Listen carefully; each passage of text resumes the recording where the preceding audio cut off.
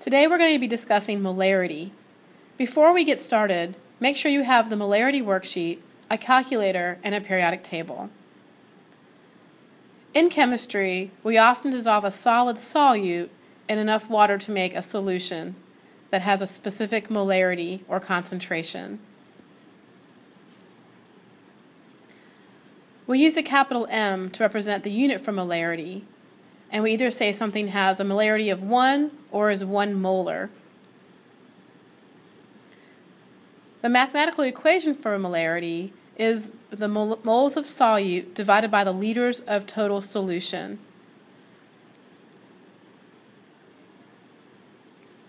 You can remember this better by using a little shortcut circled in blue, mole solute over liter solution.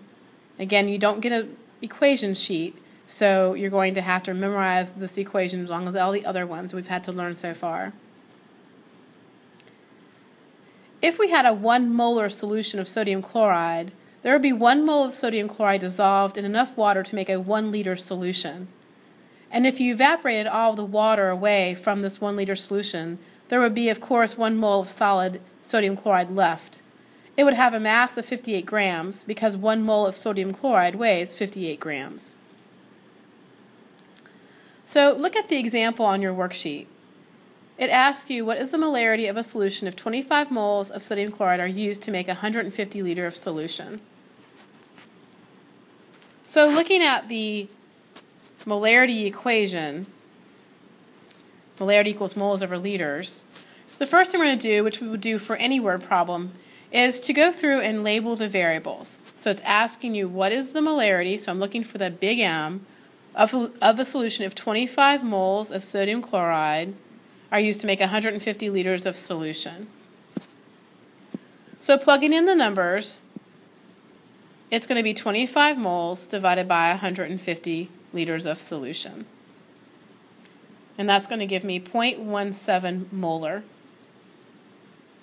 Looking at sig figs, I have 2 sig figs for 25 and 2 sig figs for 150. So 2 sig figs and 0.17 is appropriate.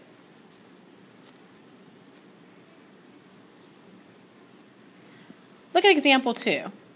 We're trying to find the volume if we have a 4.2 molar solution that has 20 moles of KCl. So here's our molarity equation. Go ahead and label your variables on your worksheet and see if you can set up the equation by yourself. Hit pause while you do so and then check your work.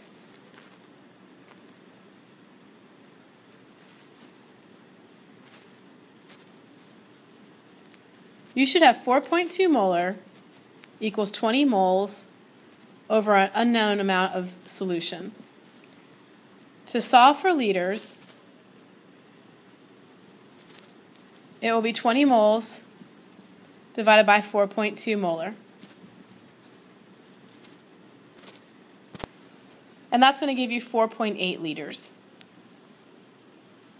And 2 sig figs work. I've got 3 sig figs in 20.0, but only 2 sig figs in 4.2.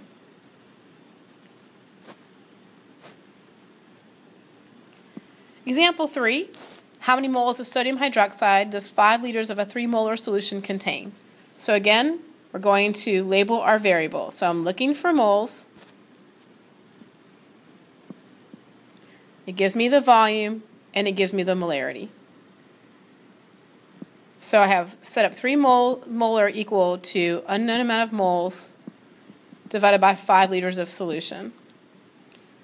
So to solve for the moles, I'm just going to multiply 3 molar times the 5 liters, and that's going to give me 45 moles.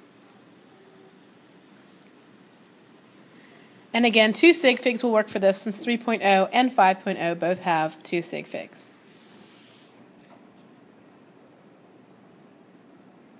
For the last example,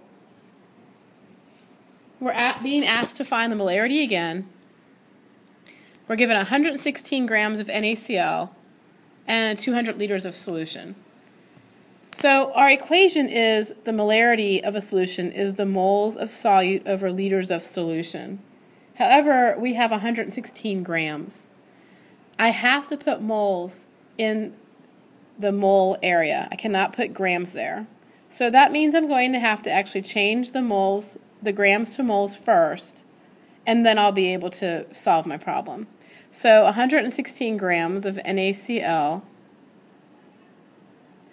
I have to put grams of NaCl in the denominator, and then I can put moles on top.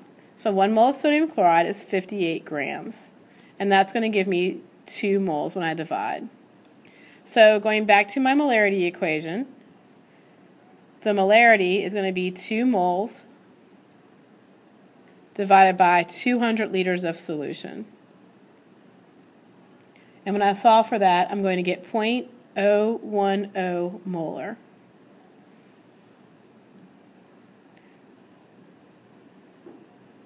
So, just a few pointers for you. Sometimes the volume will be in milliliters instead of liters. You'll need to divide by 1,000 to get it into liters.